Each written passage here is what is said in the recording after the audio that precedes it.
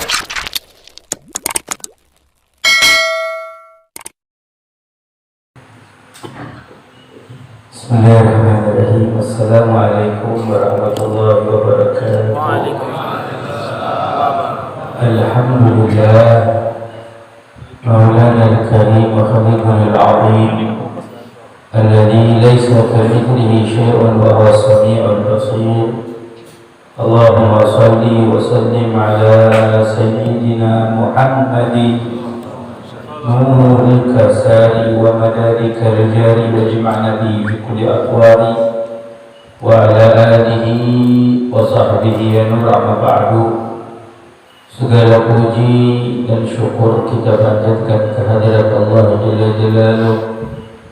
Salawat dan salam semoga selalu terlimpahkan kepada kekasih kita, pemimpin kita, penolong kita, penyelamat kita, pembawa hidayah kepada kita, pemberi syafaat untuk kita kelak di hari kiamat, baginda Nabi besar Nabi kita Muhammad sallallahu alaihi wasallam beserta keluarga besarnya dan seluruh sahabatnya, juga para pengikutnya hingga hari kiamat. Yang kita hormati, kita muliakan para habaib sulalat al-tahirah, para ulama, para asatidah, para hujjaj, para sepuh, para tokoh masyarakat, wabil khusus juga para pemerintah yang hadir bersama, dan juga khususnya guru kita, orang tua kita Habib Quraish, dan para habaib yang lainnya, Habib Ahmad, Habib Hussein Segaf, Habib Zaki Jamalin, dan yang lainnya. Mohon maaf saya tidak bisa sebut nama-namanya satu persatu, tidak mengurangi rasa hormat, rasa ta'zim. Wabil khusus juga yang menjadi wasilah saya bisa kembali sampai ke Pangkal Pinang, Final Ustaz Ambar.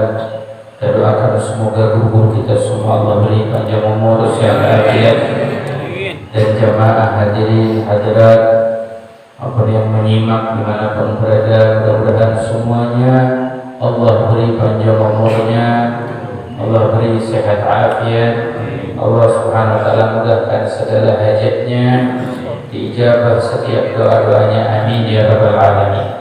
Tadi sudah sama-sama kita dengarkan nasihat-nasihat yang disampaikan oleh guru kita Al-Habib Muhammad bin Hussein Segaf. Mudah-mudahan kita semua bisa mengamalkannya dan menjadikan cahaya dalam kehidupan kita, sebagaimana nasihat-nasihat beliau bagaikan cahaya yang menerangi sanubari, menerangi hati. Tinggal kita yang mau mengikutinya, mau meneladaninya, mau mengamalkannya. Hadirin hadirat, peristiwa Isra dan Mi'raj adalah satu peristiwa yang agung, di mana peristiwa Isra disebutkan di dalam surat Isra. Subhanalladzi asra bi'abdihi lailan minal masjidil haram ilal masjidil aqsa alladzi barakna hawlahu linuriyahu min ayatina innahu huwas samiul basir. Adapun peristiwa Mi'raj tidak disebutkan secara langsung di dalam Al-Quran, namun ada ayat-ayat yang dimana di dalam Al-Quran itu ya paling tidak sedikitnya bahasa kitanya seperti menyinggung tentang peristiwa Mi'raj, yaitu yang ada di dalam surat An-Najm, wa auha ila 'abdihi ma auha ma kadzabal fuadu ma ra'a. Ini kisah di mana Nabi sallallahu alaihi wasallam itu tidak dusta dari apa yang dia lihat, ya, wa huwa fil ufuqil a'la.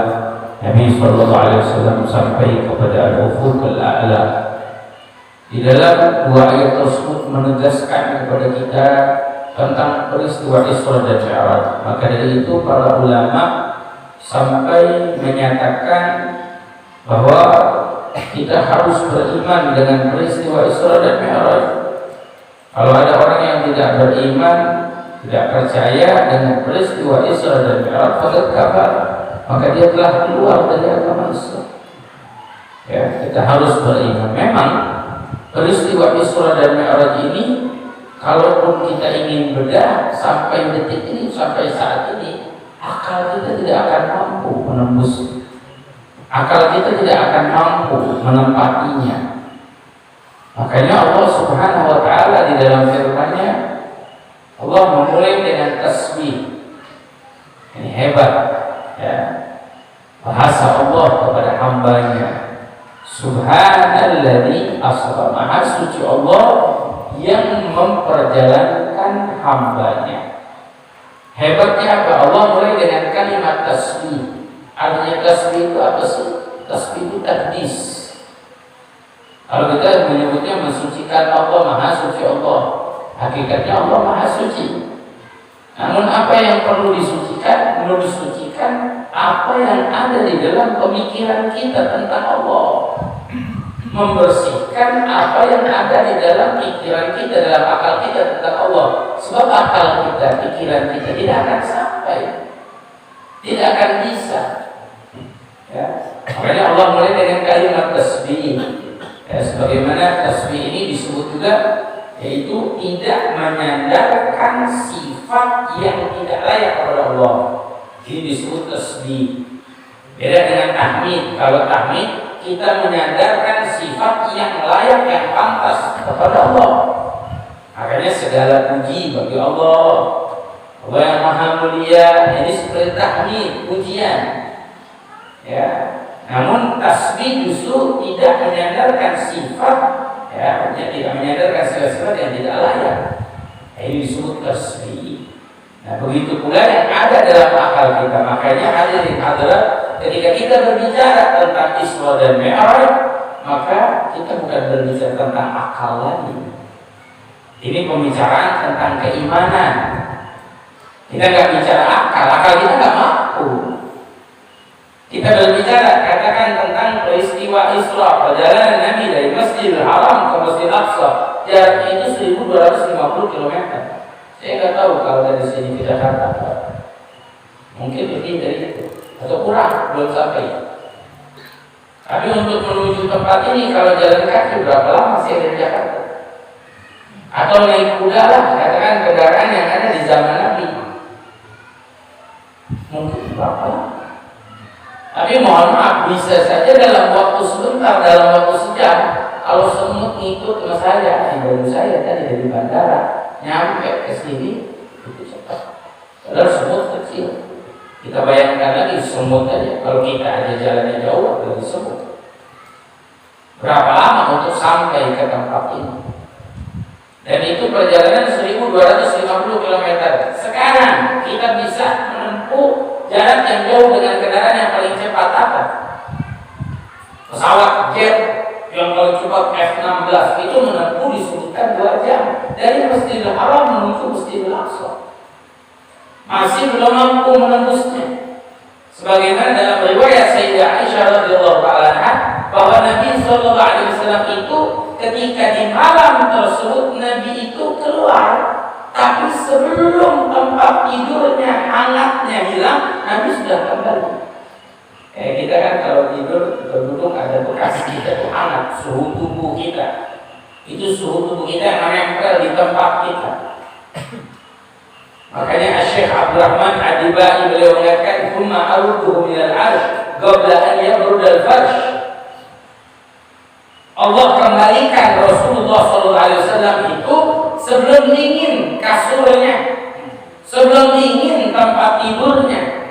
Sedangkan Nabi sudah kembali, bayangkan ke pesawat aja 2 jam. Makanya berbicara hal ini, berbicara tentang apa? Tentang iman, gak mampu akal kita, gak mampu. Itu baru peristiwa Isra'nya, belum Mi'rajnya lagi. Mi'rajnya lagi lebih dahsyat.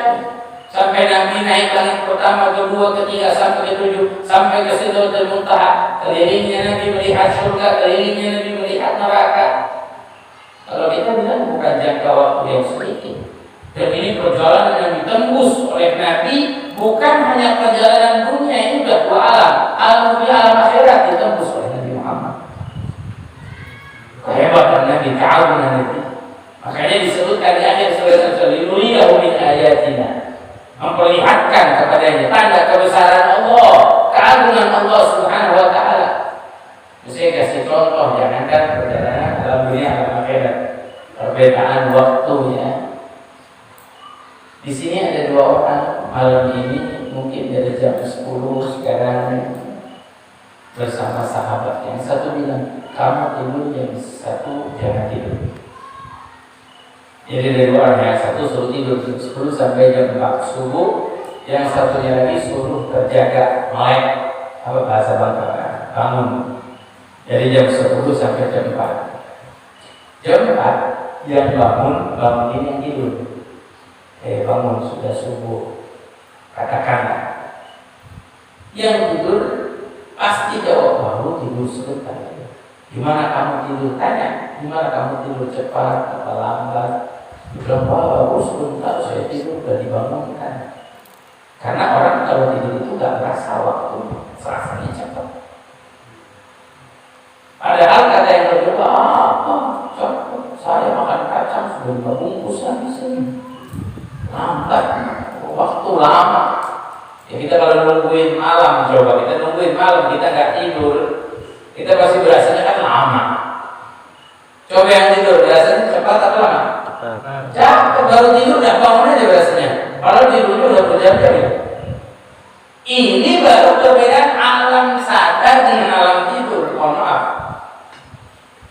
Apalagi kita berbicara tentang alam dunia dan alam akhirat, yang perbedaannya jauh lebih dahsyat. Satu hari bisa bagaikan 1000 tahun.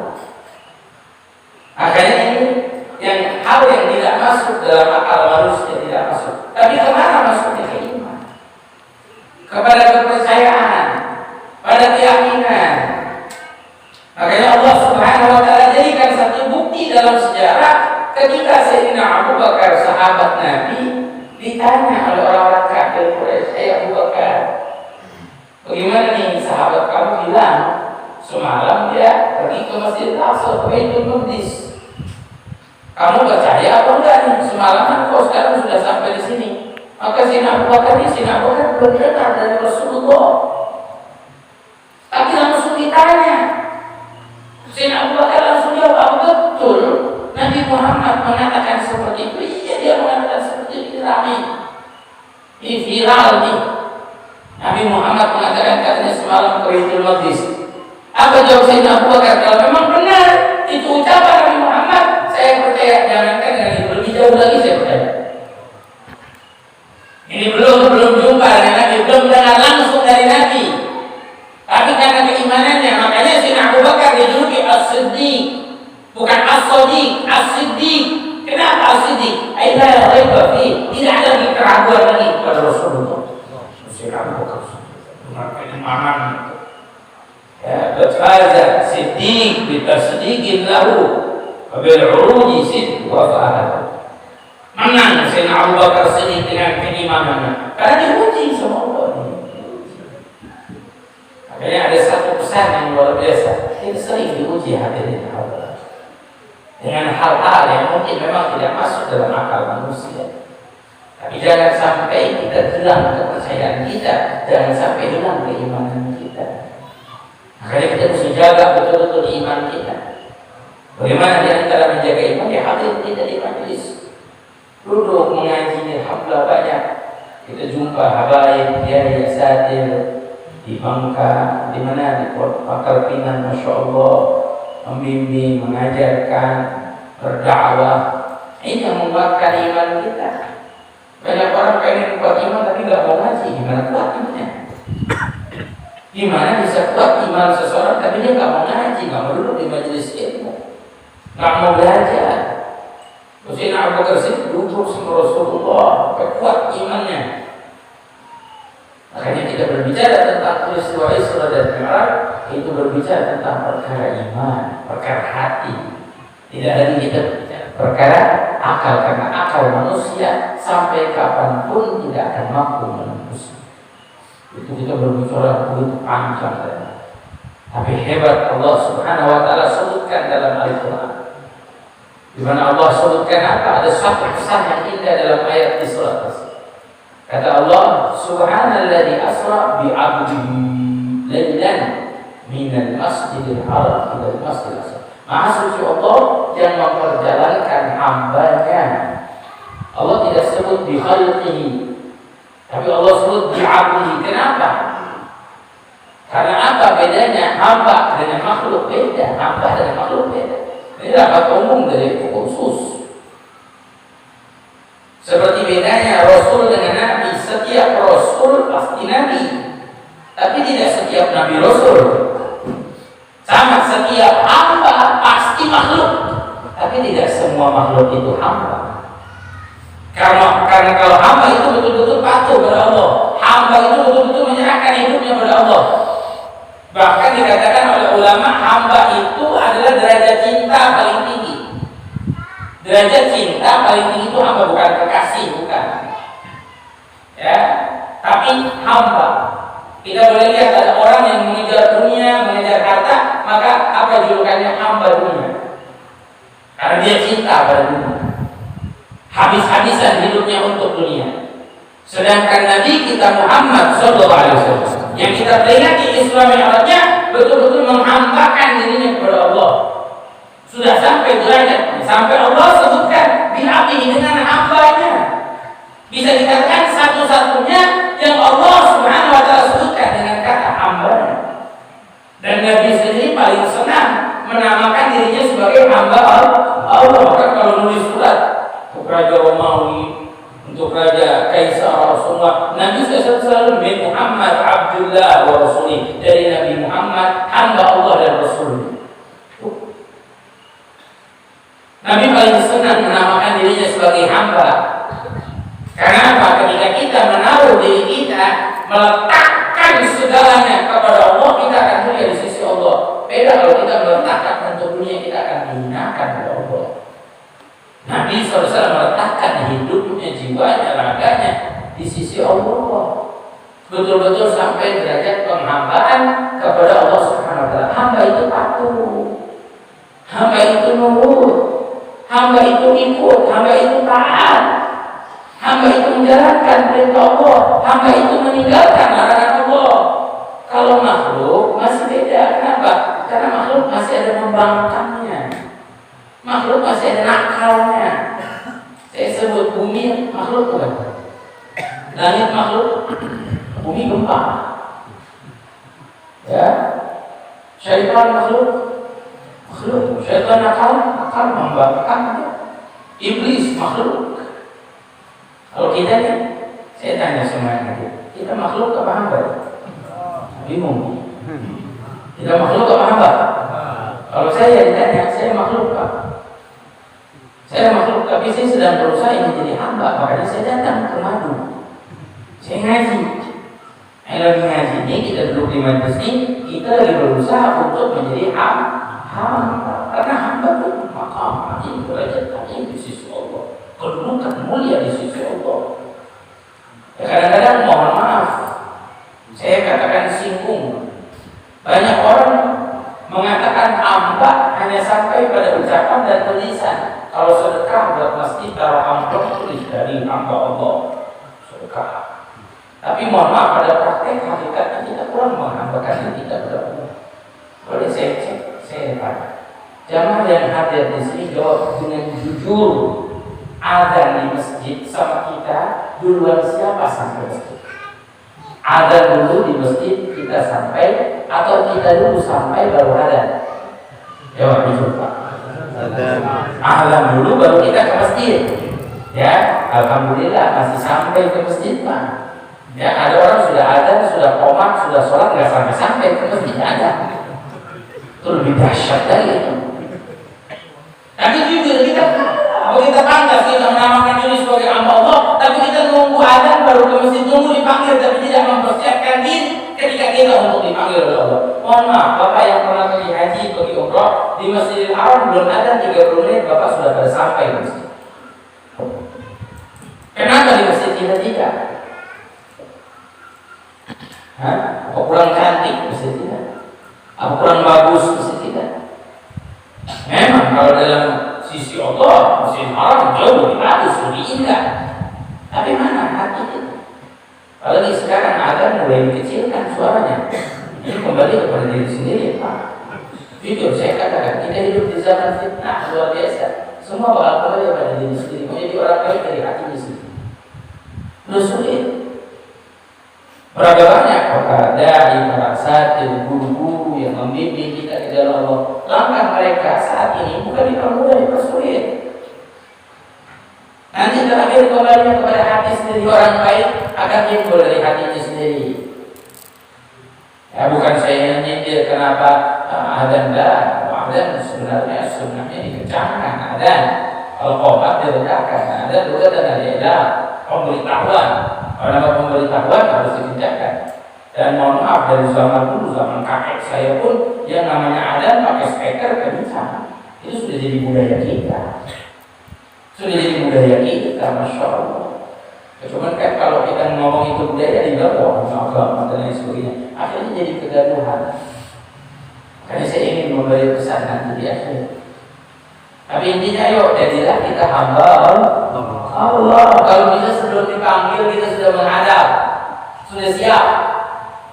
Alhamdulillah sekarang hampir semua dari kita hidupnya punya handphone, tinggal buat alarm bisa. Bahkan sekarang ada alarm otomatis setiap adzan itu sudah ada. Jadi 5 menit belum adzan sudah ada, bisa keluar mengingatkan kita untuk mempersiapkan diri kita. Nah ini modal utama kita. Saya tanya lagi satu lagi. Kalau kita katakan kita sebagai hamba Allah yang hadir di sini punya uang 5.000 dua, 5.000 yang warna coklat 2, yang satu baru masih bersih, masih fresh, yang satu lagi 5.000-nya lama, sudah pucat, sudah coklat, sudah ribuan tangan yang pegang, sampai ujungnya sudah sobek-sobek. Kira-kira kalau Bapak ada fakir miskin mengemis minta, Bapak kasih yang baru apa yang lama? Jawab itu. Alhamdulillah masih kasih yang lama. Ada sebagian orang udah mengemis gak dikasih juga. Mau yang lama, mau yang baru gak dikasih juga. Tapi paling tidak. Padahal kalau kita mengatakan kita sebagai hamba Allah, semestinya hamba Allah itu tidak memberi sesuatu yang memang terbaik, yang bagus. Kalau perlu lebih daripada itu memberinya. Tapi kita kurang, kita jauh dari kata hamba Allah. Makanya jangan bosan-bosan kita hadir di majlis, jangan bosan-bosan kita mengaji. Jadilah kita hamba Allah, dan Allah kasih kunci lagi. Di dalam ayat tersebut menghamba diri kepada Allah Subhanahu wa taala. Sebagaimana Allah Subhanahu wa taala asra bi 'abdihi lailan. Allah katakan, Maha suci Allah yang memperjalankan kalimat asra. Sara yasri itu sudah perjalanan malam. Tapi kenapa Allah sebutkan lagi lailan?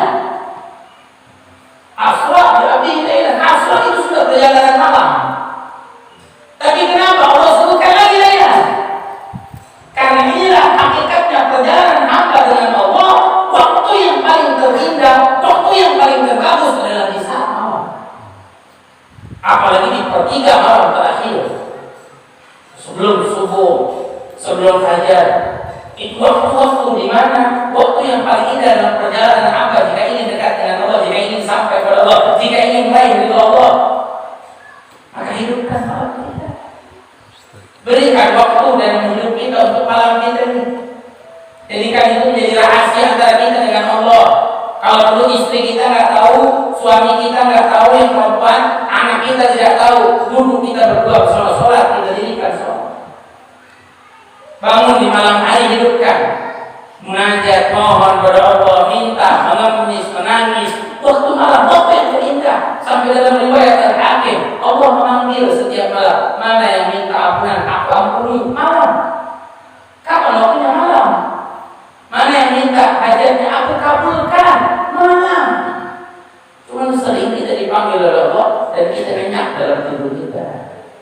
Kita masih dalam keadaan kita istirahat. Pada waktu tersebut, waktu di antara waktu yang paling indah dalam hidup. Sampai para ulama bilang, laula qiyamul mahbabul baqa. Kalau bukan karena bangun malam, saya tidak senang hidup lama-lama di dunia. Orang selalu senang hidup lama-lama di dunia karena bangun malam. Sampai Imam Muhammad Al-Junaid Al-Baghdadi waktu wafat meninggal dunia, Abul Qasim mimpi. Setelah dikuburkan, berapa hari setelahnya itu mimpi. Dia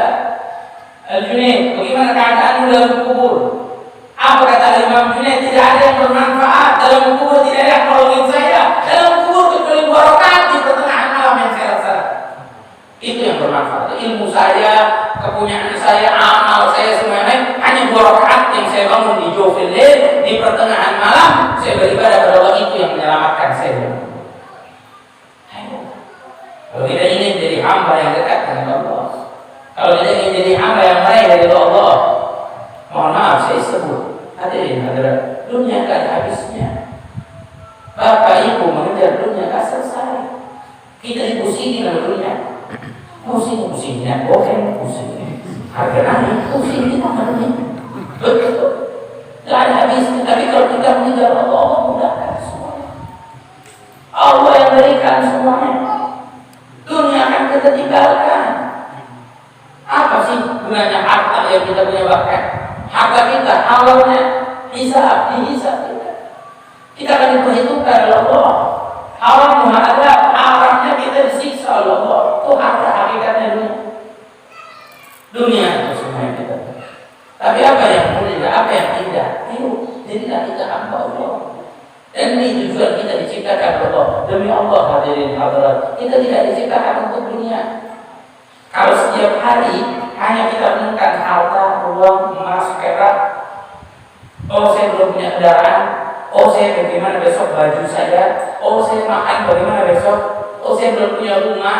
Demi Allah, kalau setiap waktu, setiap saat ini yang kita pikirkan, ini saja yang kita renungkan, tanpa kita merenungkan hakikat kehidupan kita, tanpa merenungkan amal kita, maka harga hidup kita, harga nyawa kita murah di sisi Allah.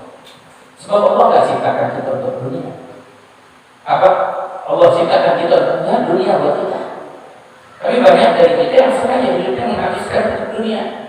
Contoh handphone, berapa banyak orang yang habis hidupnya dengan handphone, setiap hari dengan handphone, setiap hari dengan handphone, dan lain sebagainya. Habis waktu kita dengan itu. Padahal handphone diciptakan untuk kita dan lain sebagainya. Makanya pahami, resapi makna hidup kita. Tidak ada wa khalaqtul jinna wal insa illa liya'budun. Tidaklah diciptakan manusia, jin, mereka untuk beribadah kepada Allah. Ini medan yang menjadikan kita bisa berhasil, medan yang menjadikan kita bisa menang, medan yang menjadikan kita bisa mendapat ridhonya Allah. Ini enggak. Apa yang kurang dari kita di bulan Sya'ban itu kita boleh sempurnakan. Sambut lagi bulan Ramadan, kita sempurnakan ibadah kita. Jadilah hamba Allah. Jadilah hamba Allah. Begitulah Nabi kita Muhammad SAW mencontohkan untuk kita. Nabi mau apa saja bisa. Nabi minta apa saja Allah akan kabulkan. Tapi apa kata Nabi? Aku saya makan seperti makannya hamba, saya minum seperti minumnya hamba, saya jalan seperti jalannya hamba, saya menjalankan hidup saya seperti hamba. Ya, gak dikejar oleh dunia oleh apa.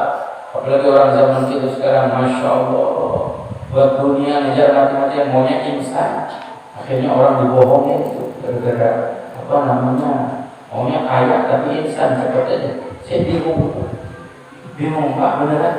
Tadi yang saya bingung, yang ikut berbodoh semuanya. Jujur aja begitu. Punya uang mau invest begitu. Dia mau apa sih? Berapa banyak orang jualan benda yang nyakak saja, jualannya susah minta ampun. Ini sesuatu yang nggak nyata, nggak maksudnya apa, jualan apa, saham untuk apa, nggak ada di akal, di kehidupan juga nggak ada, tapi yang ikutnya banyak. Orang-orang hebat lah, mahasiswa orang kaya ikut, makanya pada hancur itu, ada yang bunuh diri, ada yang apa segala macam. Dunia yang mereka kejar bukan memahami makna kehidupan. Untuk apa? Untuk beribadah kepada Allah. Jalannya apa yang diajarkan oleh Nabi Muhammad SAW, kita bakal dapat keindahan. Jadi akhir sampai Nabi Sallallahu Alaihi Wasallam, Allah Subhanahu Wa Taala menyebutkan tentang perjalanan Nabi. Alladzi barakna hawlahu, yang kami beri keberkahan di sekeliling Masjidil Aqsa, di sekelilingnya penuh keberkahan. Yang lainnya adalah tempat lahirnya Nabi Isa. Kemudian lagi ada masjid-masjid di sekeliling. Itu di Masjidil Aqsa bukan hanya satu masjid. Di Baitul Maqdis itu ada 4 masjid. Yang lain Masjidil Aqsa. Masjidil Aqsa itu yang warnanya hijau, putih. Orang sering warnanya yang emas. Masjid Sokhra di sini. Tapi Masjid Aqsa itu yang kubahnya hijau. Terus di situ juga ada musolahnya Sayyidina Umar, ada juga. Ada 4. Makanya Allah SWT barakahullah yang kami beri keberkahan. Berarti apa Allah tegaskan berkah itu ada. Berkah itu ada. Walaupun mau orang mustahab tidak ada berkah, tidak ada Allah mengambil berkah, Allah yang sebutkan dalam ayat tersebut. Berkah itu ada. Bahkan seperti kita berada di bulan Sya'ban nih. Ini bulan Sya'ban, bulan yang sampai Nabi SAW berdoa dalam musnad Imam Ahmad, Allahumma barik lana fi Rajab wa Sya'ban wa balil Allah. Ya Allah beri berkah bulan Rajab, berkah bulan Sya'ban. Nabi Muhammad minta keberkahan bulan Rajab, bulan Sya'ban. Berarti maknanya apa? Bulan Rajab, bulan Sya'ban penuh barokah. Insyaallah mudah-mudahan majlis kita malam hari ini dapat berkah. Amin, amin. Sebab itu perlu dengan berkah. Apa manfaat hidup kita kalau tanpa berkah? Kalau kita sekarang mengaji, kita berkumpul, kita berzikir, kita bersolawat, duduk dengan orang-orang baik, paling tidak untuk baik berkah. Kita mencari berkah. Sahabat Nabi mengejar barokah sampai wudhunya Nabi didarahkan. Wudhunya Nabi didarahkan. Itu berebutan mengambilnya setelah Nabi berwudhu, berebutan. Sampai dalam riwayat sahih. Ada sahabat itu berebutan sampai kering tempat wadah wudhunya Nabi. Beliau suka memegang wadah wudhunya Nabi itu Sayyidina Abdullah bin Mas'ud yang biasa menyiapkan wudhunya Rasulullah. Sampai kering, ada satu sahabat terlambat datang dia tempat wudhunya kering. Dia ingin mengambil berkah, sampai nengok dia lihat wajah sahabat. Ada satu yang wajahnya masih basah, ada airnya, diambil dari wajahnya diusap ke wajahnya. Saking mengambil berkah. Ya kalau dibilang bid'ah, Nabi SAW bilang bid'ah. Ini di hadapan Nabi Muhammad, di hadapan Rasulullah SAW. Makanya kita percaya berkah. Kita dapat berkah. Berkah ini apa? Orang kalau hidupnya berkah bertambah kebaikan. Apa maknanya berkah? Berkah itu bertambahnya kebaikan. Dan Habib Ali bin Muhammad Habsyi yang kita baca maulidnya, beliau katakan habba idza baraka al-maula yuladihu. Satu biji itu kalau dapat barakah jadi biji-biji jadi banyak. Rezeki kita kalau berkah itu manfaat. Umur kita kalau berkah manfaat. Sehat kita kalau berkah manfaat. Jujur saya katakan, kenapa kita doa, ya Allah berilah panjang umur para ulama, bagi para hadirin. Mohon maaf, hakikat umur itu semua sudah ditentukan oleh Allah. Tidak maju sebentar, tidak mundur sebentar. Ada yang bisa majukan, mundurkan, mundur. Hakikat umur itu semua sudah. Idza jaa ajaluhum la yastakhiruna sa'atan wa la yastaqdimun. Kalau sudah datang ajalnya, enggak maju sejenak, enggak mundur sejenak. Itu ajal kita sudah ada ketentuan. Wa ma kana li nafsin an tamuta illa bi idznillah kitaban ajal. Tidak pun satu jiwa mati kecuali dengan izin Allah, dengan kehendak Allah. Tapi kenapa kita minta dipanjangkan umur? Maknanya kita minta dipanjangkan umur biar umur kita barokah. Umur yang barokah, umur yang digunakan untuk ibadah. Mohon maaf saya sebut ini bapak-bapak, ibu-ibu yang hadir, kaum laki-laki, kaum perempuan yang hadir. Malam ini hadir mereka rasanya lama, padahal baru sebentar. Coba kalau nonton sinetron sudah habis berapa film ini? Cepat, waktu cepat. Berapa banyak orang-orang dunia yang sibuk dengan dunia, baru puasa, bentar lagi puasa lagi. Karena mereka merasakan waktu tidak ada berkahnya. Tapi kita yang mengaji, kita yang ibadah, kita yang mau duduk di majlis, kita selalu berdoa, ya Allah, berilah panjang umur yang taat Allah. Maksudnya adalah berilah keberkahan dalam umur. Berkahnya umur adalah ketika kita menggunakan umur kita untuk beribadah kepada Allah. Hadirin hadirat ma'indakum yanfad wa ma'indallahi. Apa yang di sisi kamu habis. Waktu kamu habis, buat dunia habis. Uang buat dunia habis. Sehat buat dunia habis. Apa yang di sisi Allah akan disimpan kekal. Contoh, mohon maaf, kalau kita tidak hadir di majelis ini, di mana kita duduk untuk urusan dunia kita 1 jam, 2 jam, 3 jam, waktu itu habis maka selesai. Tapi demi Allah, waktu bapak semua hadir di sini, ibu semua hadir di sini berjam-jam ini jangan katakan habis, tapi waktu ini disimpan di sisi Allah, nanti Allah akan berikan balasan indah ini. Sama rezeki, misalkan kita jadikan rezeki kita cuma untuk urusan dunia habis. Tapi kalau rezeki kita rezeki kita kasih orang tua kita sedekah fakir miskin, kita sedekah masjid, kita sedekah anak yatim, kita sedekah ke majelis ilmu, kita sedekah ke pondok atau kemanapun, maka jangan katakan habis, tidak habis, disimpan. Rezeki yang kita gunakan untuk berkurban, rezeki yang kita gunakan untuk pergi umroh, rezeki yang kita gunakan untuk pergi haji, jangan kita katakan habis, tidak habis, ini disimpan dan nanti di hari kiamat Allah akan berikan balasan yang indah bagi kita. Dari rezeki, ma indakum yanfad wa ma indallah baq. Apa yang di sisi kamu habis sirna, tapi apa yang di sisi Allah kekal, disimpan oleh Allah. Waktu apapun rezeki dan lain, jangan kita katakan habis, tidak habis. Kita ngaji, kita duduk di sini, insya Allah waktu kita barokah. Dan kita minta kepada Allah, Allah Subhanahu Wa Taala berikan dalam setiap hidup kita keberkahan. Amin ya Allah ya Rabbal. Saya punya dua pesan. Tidak kira-kira hidup kita barokah. Kalau kita mau dua pesan, tiga saya tambahkan. Yang pertama, kalau ingin hidup kita barokah penuh keberkahan, yang pertama al-intisabiyah ala-ala Aisyah, punyakan tujuan untuk mencari rezeki. Apakah itu? Gerak, usaha, ikhtiar. Memang Allah Maha memberi rezeki. Kalau Allah mau memberikan terjadi, kalau Allah tidak mau, itu hakikatnya Allah. Tapi kita diminta suruh berusaha, diminta kita untuk berikhtiar, bahkan sebelum bertawakal. Adilha wa tawakkal ala Allah. Usaha dulu, ikat dulu, baru kita tawakal kepada Allah. Makanya apalagi yang muda-muda, biar punya keahlian, biar punya kreativitas, biar punya kebisaan. Mohon maaf, hidup di zaman kita sekarang sulit. Zaman-zaman ke depan mungkin jauh lebih sulit, kita tidak tahu. Sulit. Orang mencari rezeki, tapi kalau orang punya keahlian tidak. Para nabi, para rasul, mereka kasih keahlian oleh Allah. Nabi Adam itu alam Allah Adam al-Fahirfah. Nabi Adam itu diajarkan 1000 keahlian, bukan 1.000. Tapi Nabi Adam itu bercocok tanam. Nabi Adam itu seorang petani. Yang malu, kenapa harus dimalu? Nabi Nuh pengrajin kayu yang hebat. Sejarah membuktikan kalau Nabi Nuh bukan pengrajin kayu yang hebat, Nabi Nuh tidak akan mampu membuat bahtera yang besar. Nabi Idris itu penjahit. Jangan malu. Orang laki menjahit, jangan malu. Bagi orang perempuan, banyak orang perempuan senang menjahit. Orang laki juga. Nabi SAW menjahit bajunya sendiri. Nabi SAW menjahit bajunya, mensol setelalnya sendiri. Jangan malu. Saya senang kalau melihat ada anak muda punya keahlian.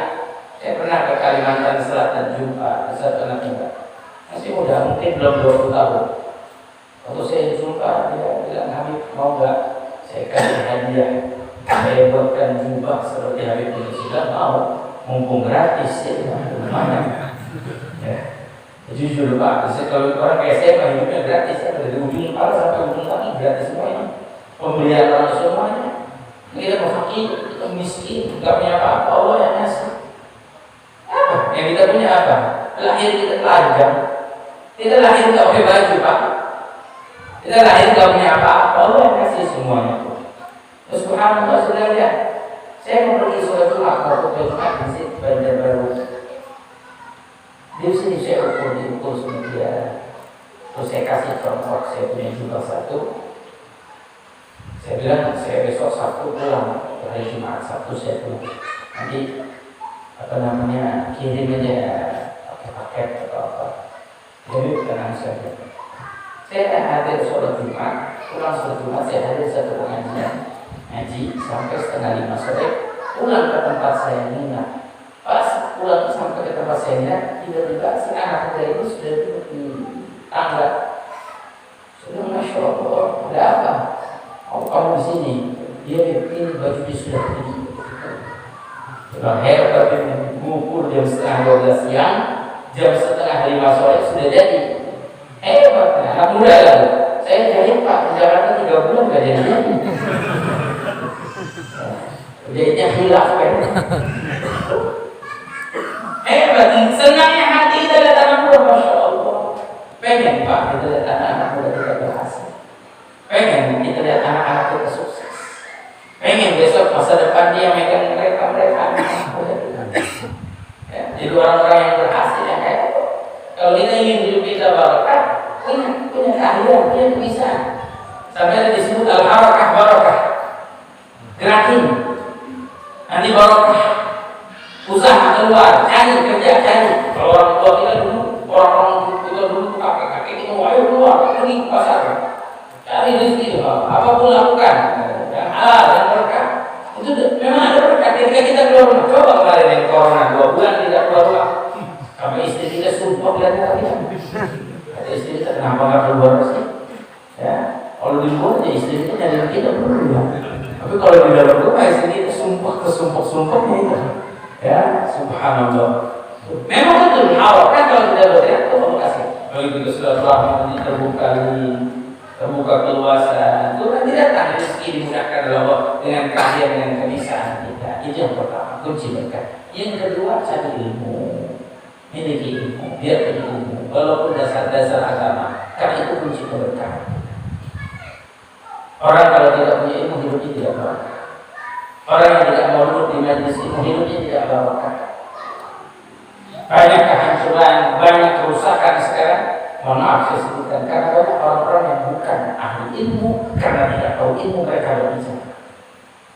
Mereka tidak merujuk kehidupan agama mereka tentang agama, tentang akhirat kepada ahlinya, kepada para ulama. Ini padahal Allah sudah sibuk fas'alu ala dzikri in kuntum la ta'lamun. Tanyalah mereka yang tahu.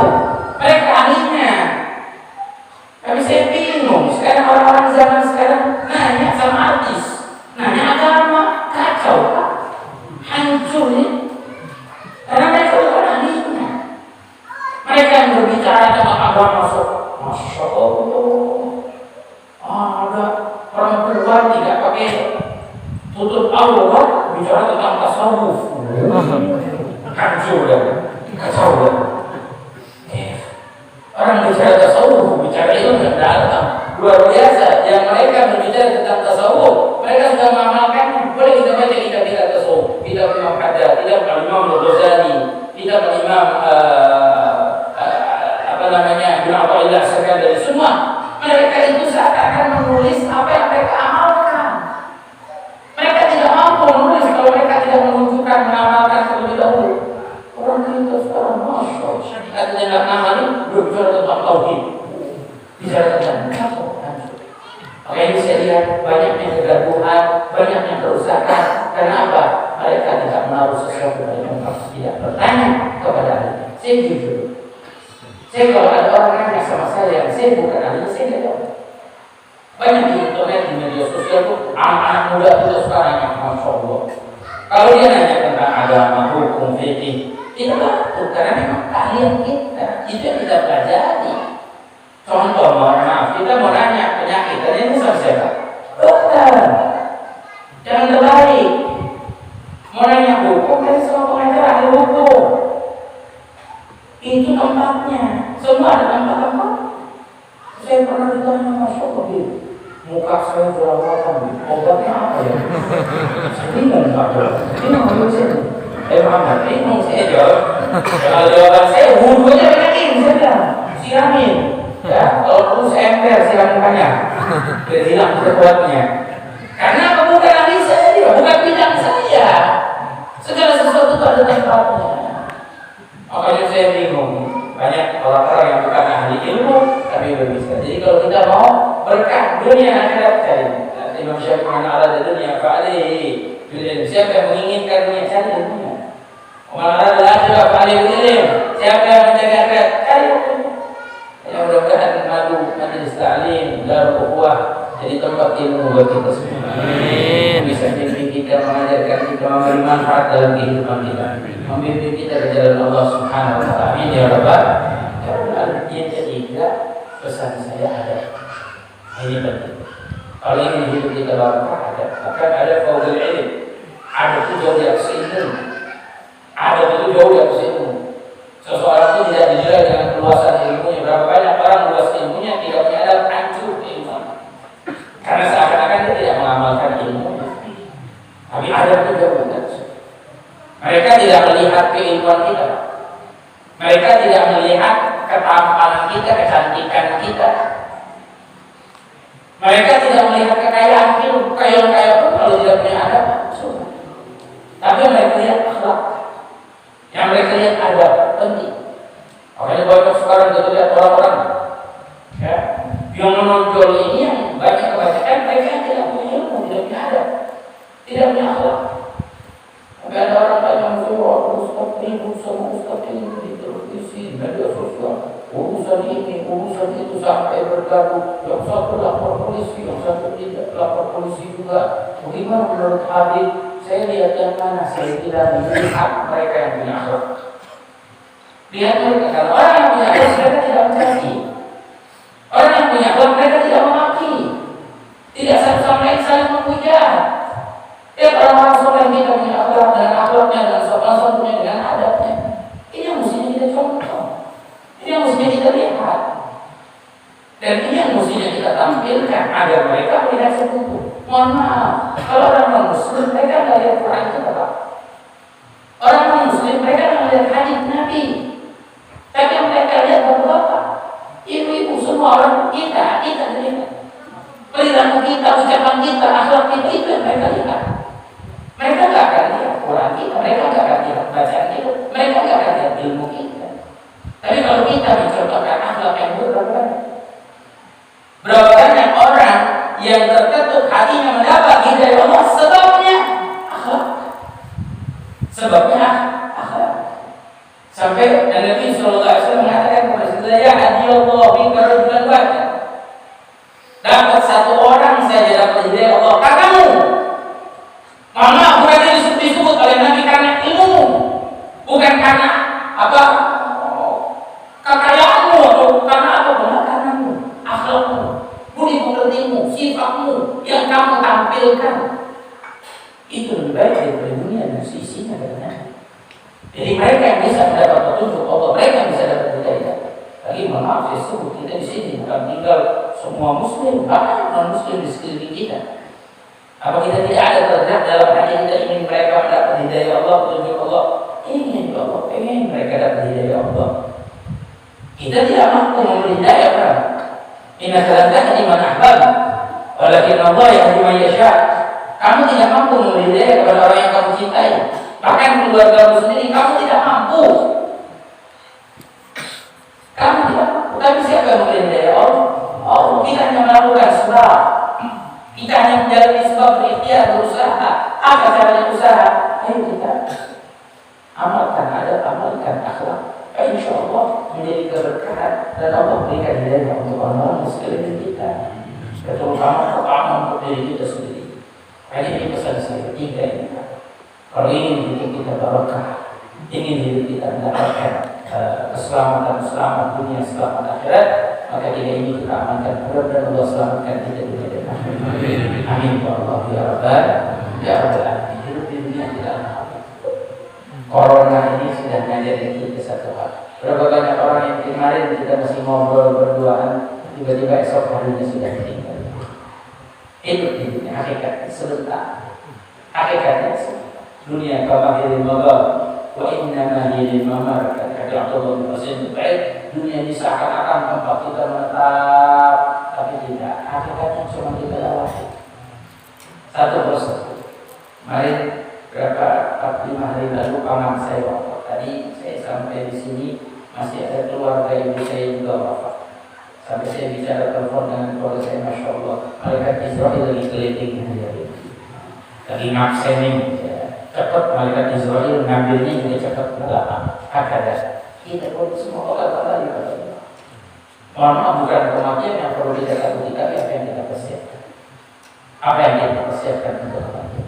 Mudah-mudahan apa yang kita bawa, apa yang kita persiapkan adalah yang membawa kebaikan setelah kematian, yang bisa menyelamatkan kita nanti di hari kiamat.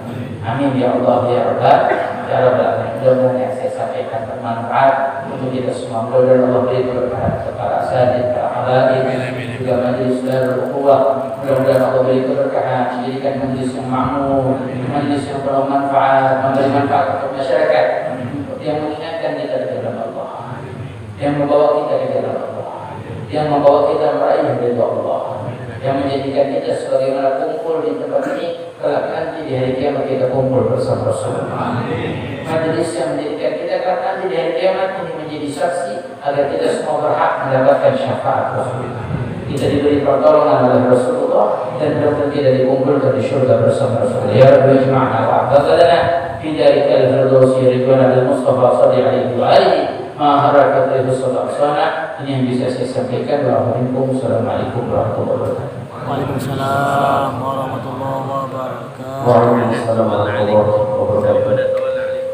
Syukran jazakallahu khair kepada Al-Habib Muhammad Al-Habib Al-Fitriyah yang telah memberikan tausiah agamanya, nasihat-nasihat yang baik, mau'izatul hasanah kepada kami, dan mudah-mudahan apa-apa yang telah beliau sampaikan bermanfaat untuk kita semua dan semakin meningkatkan keimanan kita dan ketakwaan kita kepada Allah Subhanahu wa taala, dan tentunya sebagaimana doa beliau tadi semakin menambahkan keberkahan kepada kita semua. Amin Allahumma amin. Para jamaah rahimakumullah, kami ucapkan terima kasih